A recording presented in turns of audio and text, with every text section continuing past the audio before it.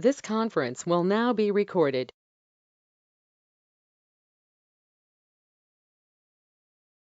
Excellent. All right. Hello and welcome, everyone. Today's webinar focuses on the fourth pillar of our guest experience, our Youth Development League, or better known as our YDL. This is another big one. The YDL is one of our most significant drivers of revenue. Not only does it help grow our youth membership, but it also drives our private training program. Therefore, learning how to deliver an exceptional guest experience in this service is critical for us to maximize our profitability. As always, before we dive into the topic of the day and learn more about our guest speaker, let's first review a few housekeeping items. First, a special shout out to our guest speakers this week, Savannah and William Massey, Virginia Armstrong, and Carlos Barrett. Thank you guys for sharing your valuable insights and motivating us to find ways to improve. This upcoming Monday, we'll begin our in-person training week in Irwindale. We'll be focusing on how to be brilliant at the basics of running a Pickup USA, all with the objective of maximizing store-level profitability.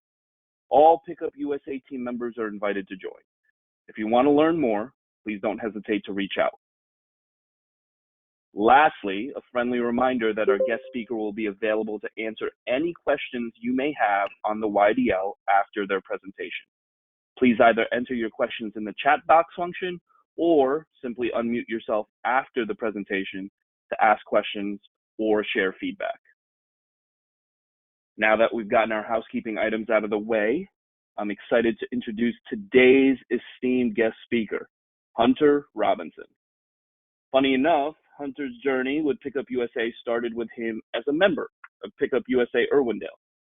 He and his friends were regulars for our adult officiated games. Not long after signing on as a member, he joined the Irwindale staff as a referee and immediately proved his value to our organization. As we transitioned from our fall to winter YDL season, we decided to instill more competitiveness and continuity into the program by employing one coach per team. Prior to that, 2 coaches were coaching 4 teams. Now, that meant we were in the market for 2 additional YDL coaches. Serendipitously, Hunter was also looking to be promoted to our coaching/training team at that exact time. He earned that promotion then, and he continues to validate that decision and then some to this day. Hunter personifies our core values of humility, hunger, intelligence, and integrity. Beyond that, he clearly GWCs his role as a YDL coach and private trainer. For those of you who are unfamiliar with that term, GWC, it means that G, Hunter gets his role. W, he wants it and is driven to be the best at it. And finally, C, he has demonstrated the capacity to make it happen. Now, without further ado, let's make the transition from talking about Hunter to learning from him. Hunter, please take it away and share with us how you and your fellow Irwindale coaches have managed to put together a YDL that sells. Hi everyone, I hope you guys are all doing well. So about myself, I started as a referee at Pickup, as Paulo before mentioned. So that was a fun experience, but although I knew at some point I wanted to be a trainer and a coach. I saw my previous coworkers do it and I thought to myself, why couldn't I be the next trainer? I played 3 years varsity basketball at Monrovia High School, about 5 to 10 minutes away from the Irwindale Pickup USA location. And in my playing experience, I've attended over 10 collegiate camps, including D2, D3, and NIA camps. Next slide.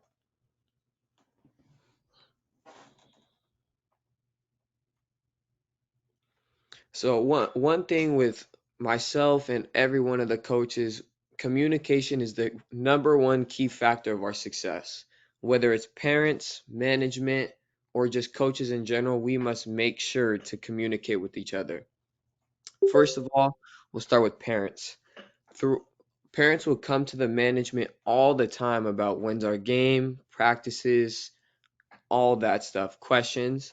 So for us, we adopted a So what we'll do, as Paulo probably mentioned before about Club Ready, the system that we use, we get every kid's name and we search them after our draft process. So we'll have their name and put the phone numbers of every single person in our phone book and create a big parents group chat. The group chat, parents can ask any question they want, can text the coaches personally. They don't have to go through Club Ready, which is really convenient for them. Coach communication. For us, we all need to communicate about rosters, the covers, just anything that has to do with coaches, we must talk about. The biggest thing with the coach communication is if we don't have that, the YDL can't run smooth. Within the four coaches I've learned, with us, we have to treat it like a family. The more chemistry we have, the better it is going to be for the experience of the kids and the parents. Finally, the management communication is one of the biggest key factors that we have to do.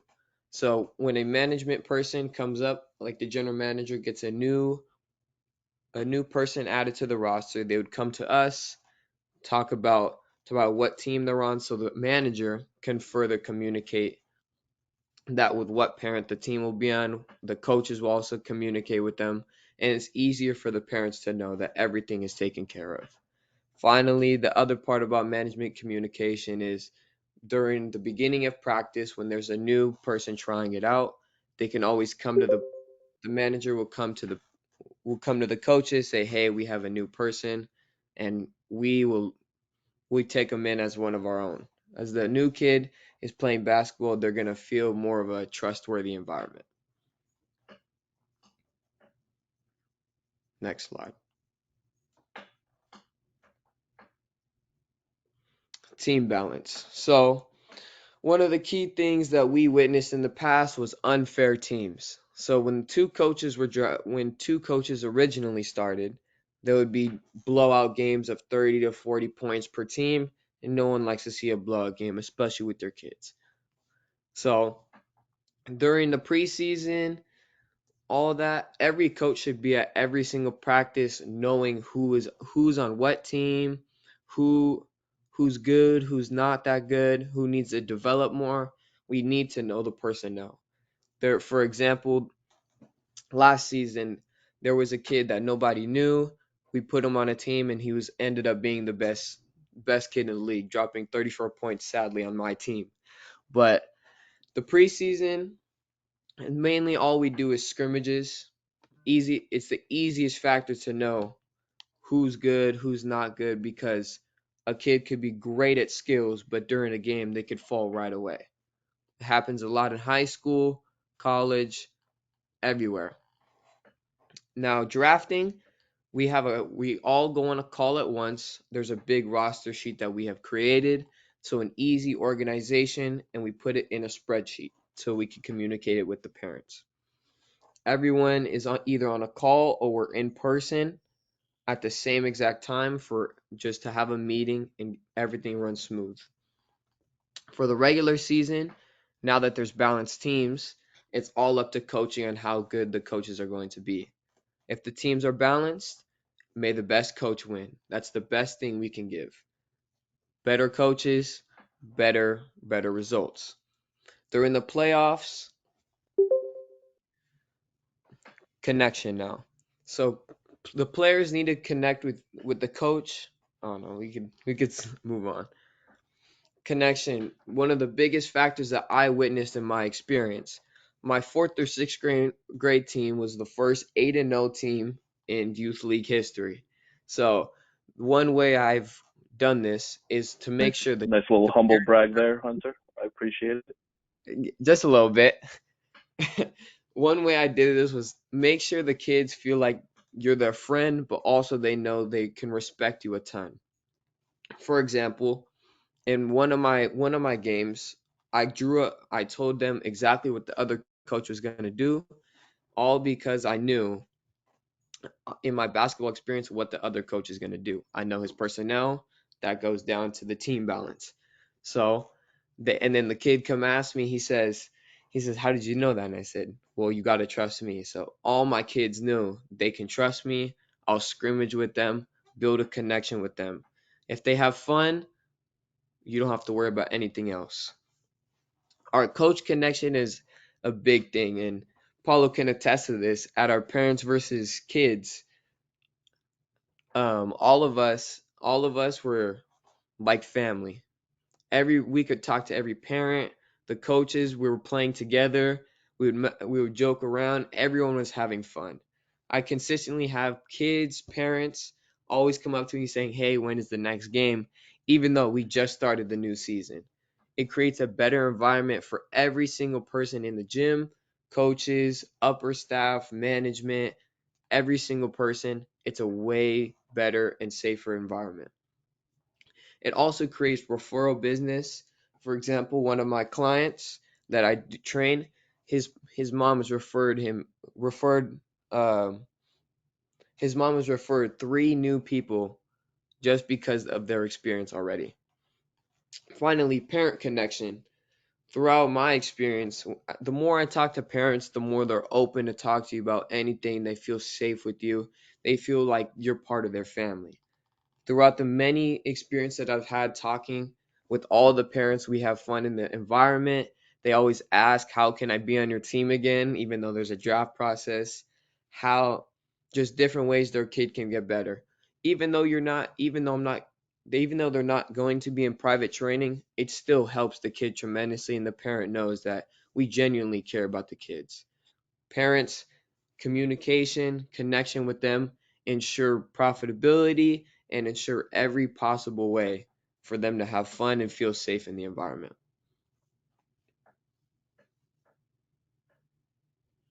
Next slide. Finally, when you, for example, when you guys look for coaches, make sure they bring passion. There is some other coaches, including myself, will get really emotional about games. We want to win. It's a passion that everybody has. So if you're going to look for people, make sure they genuinely enjoy basketball. If you hire someone who's played soccer, football, and they haven't played basketball, they're not going to enjoy it. They're not going to genuinely feel like they have a connection. They can help kids. They're just there for just the job title to make money.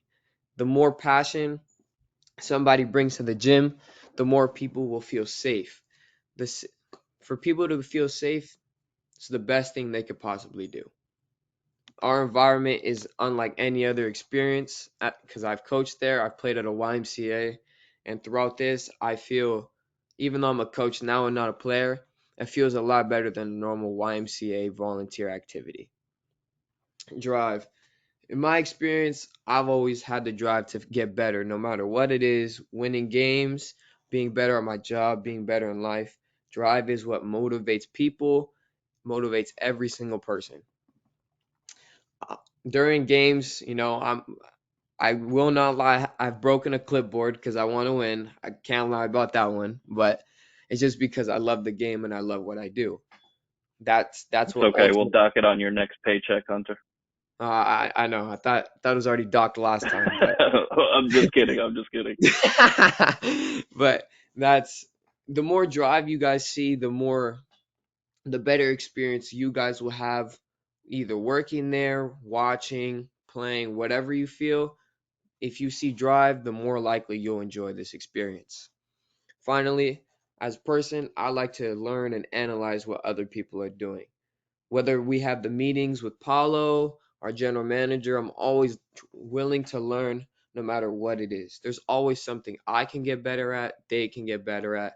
There's always room for improvement. We always talk about the past situations we had with rosters, whether it's referees, there's always a way to figure it out. We always have to analyze the situation and think before we speak, so ultimately no more problems can arise or no problems could even arise in general. Next slide.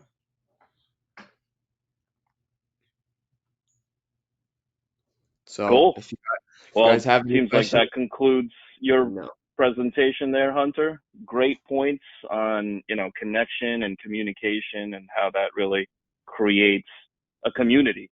which you guys have clearly created here in Irwindale. And, prior to running this YDL, we used to run just the simple Group X.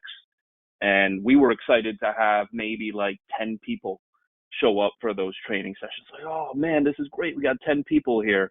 And now the gym is packed every day between 4 to 6. And it's because of you guys and what you guys bring to the table and the structure you put behind it. But really, I talk about three principles for the YDL: make it fun, make sure that they're learning something, and keep them moving. And you guys do that and beyond. So, very grateful, and thank you for sharing your insights on that. No problem. Cool. So, Hunter's presentation has wrapped, which means that we're in the Q&A portion. So I encourage you guys to please ask him questions, especially if you're starting to run the YDL or you've gone through it and you're facing certain challenges. I'm sure Hunter can speak to that. So feel free to unmute yourself and ask your questions.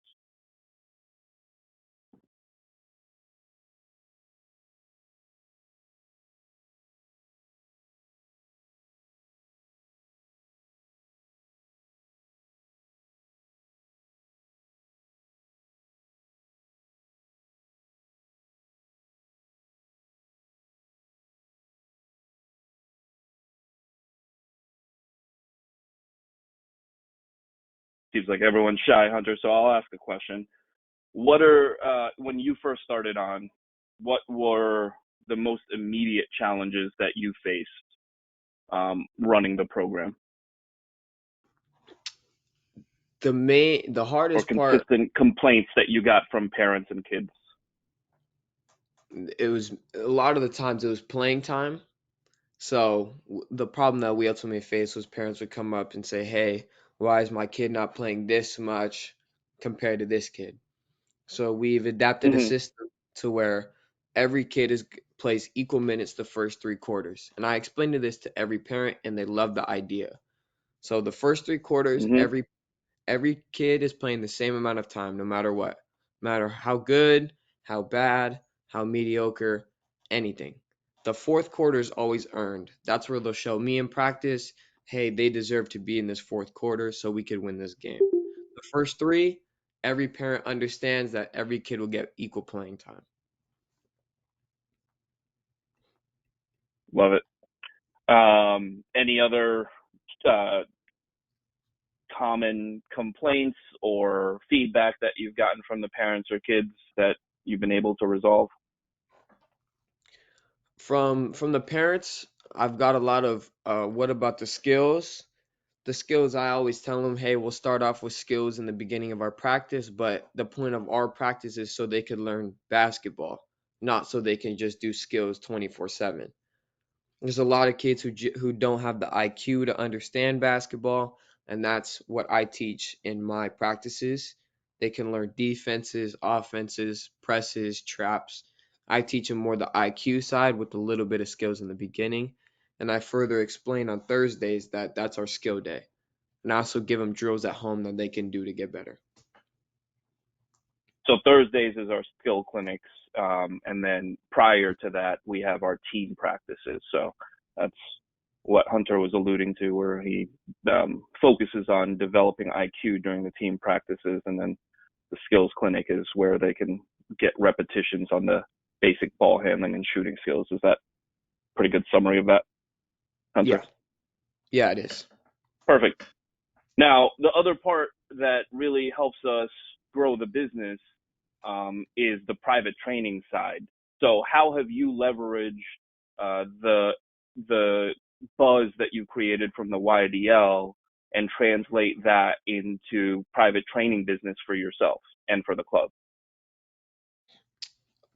I've done it 2 ways. So one of my newest clients, he was in the preseason. I would just help him on little tweaks that he could do in his game.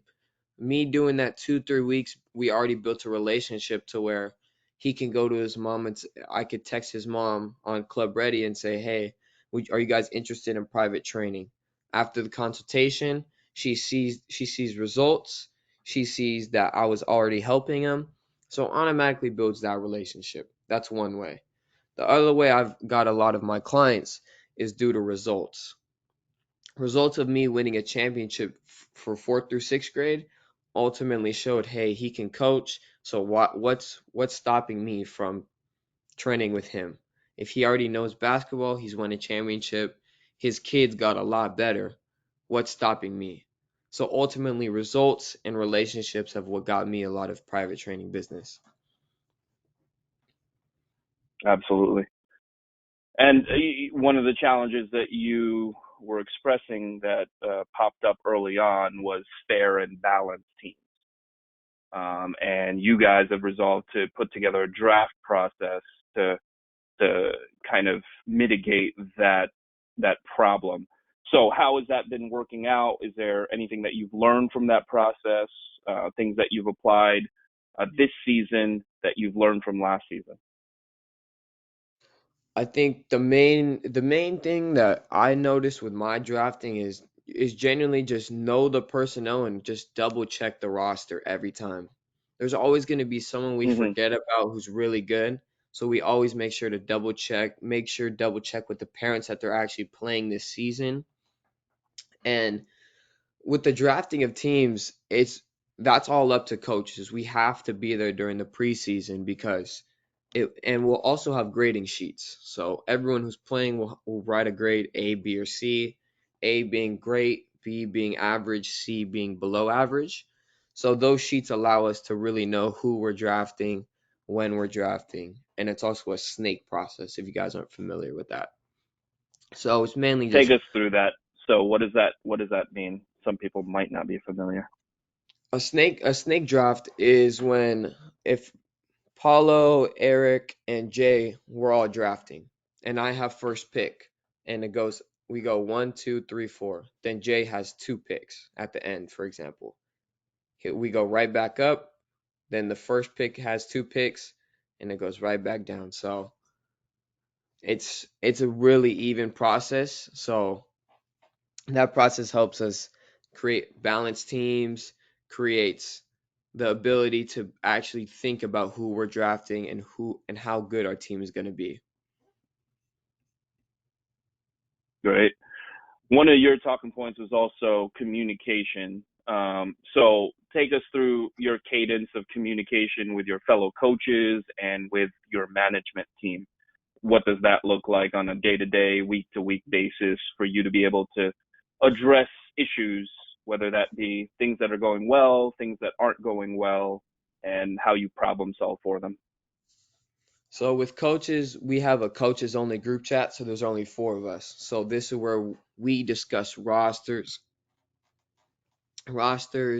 we discuss problem with kids, we just discuss everything that comes within the YDL, how good a kid is, how bad a kid is, the newsletters, the player of the games. That's where we discuss everything. As well as, we create a friendly experience for all of us. Like we're all cool with each other. Like we all go out to lunch sometimes with other of the staff after the games. So we build an environment within with our management process, they are going to communicate to us who's trying out the gym, who actually just signed up. So then we could put the kid who just signed up on a roster sheet. We discuss how good they were in practice, and now the coaches come back in to say, "Oh, he's on this roster," and we communicated with parents, with the GM, so the GM doesn't have to do too much. Yeah, I love that. When I observe downstairs when that happens, when the GM takes in a new prospect that's trying it out for the first time, I know they go through their whole process of taking them through the tour and asking them questions at the desk. But once they introduce them to you guys, I'm 100% certain that you guys will get it across the finish line because the GM hands it off to you guys and you make that kid feel special and immediately part of the community. So by the time that they're done with that free trial, it's almost a guaranteed sale. So And that process is wonderful to see. one other thing that we do have to communicate with the GM is the reffing situations. So if they make bad calls, we always communicate with the GM. We'll have referee meetings as well on Saturdays before all the games start. So we can say, hey, look for moving screens, look for travels. So the kids are also going to learn how to do it, but also they're going to understand that the refs are going to understand that, hey, it's basketball at the end of the day. We're going to have to call these things, so us as coaches don't get too mad at them, overreact, because the kids are going to follow what we do. Yeah, that's a critical point. Prior to us having that referee huddle before the start of service, you guys would lose your mind over certain calls that you deem to be unfair, and that would translate into parents looking at you, and because you're passionate about trying to win. However, it's not a good look since you guys are role models out in the court. But I think since you guys had the opportunity to huddle up with the referees and prepare them for things that you're looking at, I think that's created more of a continuity between the coaches and the referees and creating a better experience overall. So great point. Yeah. Cool. All right. So we have 4 minutes left, guys. I'll open it up again. Everyone was a little shy early on, but if you have any questions, please, we encourage you to take this opportunity to ask Hunter.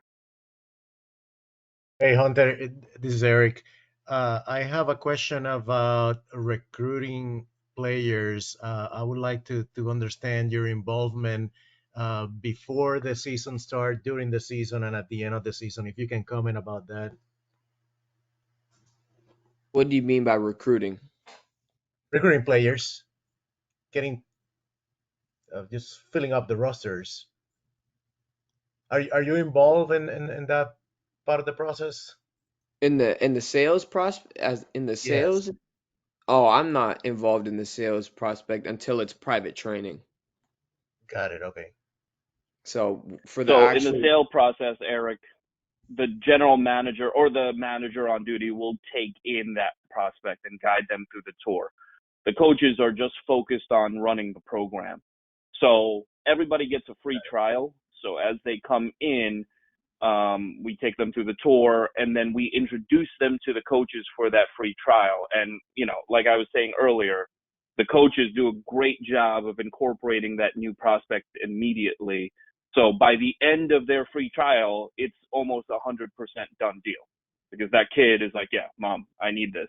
So it's a wrap after that. And then from there, then we hand it over to the coaches, and the coaches are the ones that put them on specific teams. Got it. But great question.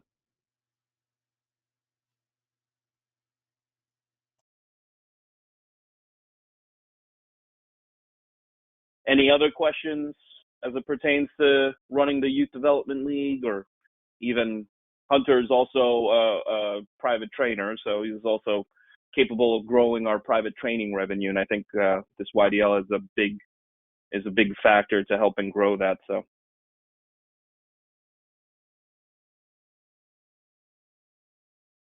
Hey Hunter, this is Richard. I want to ask you, like, how do you reach out to the kids that you are on your team? Like, what ways do you reach out? Do you reach out to their parents, or like, I know you mentioned that you said you like tell them little things, little by little. What is it like? You reach out to their parents and then have them talk to their kids about it, or how do you reach out to them? Like, how is your process in getting them to sign up for those personal trainings? so when it comes down to during my practices, I'll tell them little key details to learn. For example, I always tell my kids, the better kids, to always swipe someone's hand off. It's a little trick you can use, so now the kid knows I'm always willing to help. When it comes to actual private training, I don't discuss it with the kids because it's not my right to say, hey, Micah, do you want private training? Because they're not the ones who have the money. They're not willing to do that. That's where you go to the parents and say, hey, I saw Micah was doing really well. Would you guys be interested in private training? And then you take them through the sales process, which starts with a free consultation. So you'll ask them goals, anything they want to learn, work on, take them through that process, do a workout with them, and then bring them back to the front desk to do sales. So each of our coaches are trained on the full sales process. They go through sales training, they go through club ready training, so that way they can stay organized and communicate to the parents through there. But really, it's their initiative. So when I observe Hunter before, after practice, or during his time when he's just working out in the gym, he's always out on the floor kicking games, right? Kicking games to just parents, kids, just building relationships, because all a sale is solving people's problem and earning their trust. So he doesn't just ask for it right away. He plants the seed by building that relationship first. And then once he's built that relationship, he proves himself either on the YDL practice or in the games or in that free consultation that he's worth it. And then he closes the deal from there.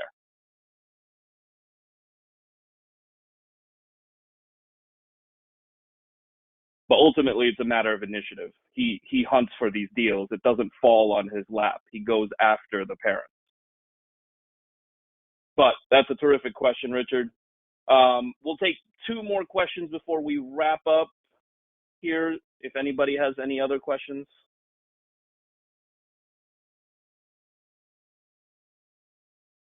The other thing I would also say, Richard, for the people who are coaches and private trainers, Club Ready was also a big one for me. I would do it every other day, sometimes every day, just text 40, 50 parents from the YDO saying, "Hey, would you guys be interested in private training?" One of the best things I can do. Almost half of my training sales are from Club Ready. Just keep reaching out to them over and over. So that's another way I was able to get clients.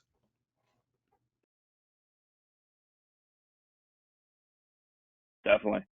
These guys prospect a ton, whether that be in Club Ready or in person. Hunter lives up to his name. He hunts for these deals. And so do his fellow coaches, and it becomes competitive amongst them because they each have their goals at the beginning of the month that they want to hit. And so in order to make that happen, they need to put in the work. And, they're talented enough and have the initiative enough drive, as Hunter called it in his slide, to do so.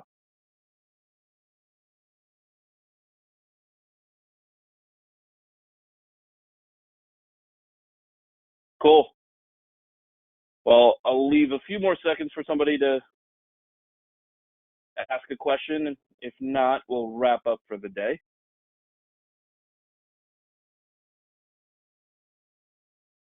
Going once, going twice.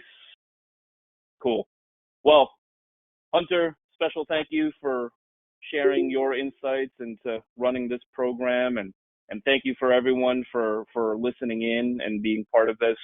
We'll have this recording sent out by the end of the day. So appreciate everyone. Have a great day, and hopefully we'll see you sometime soon as part of our in-person training next week. All right, guys. Take care. Thank you guys. Thanks, Hunter.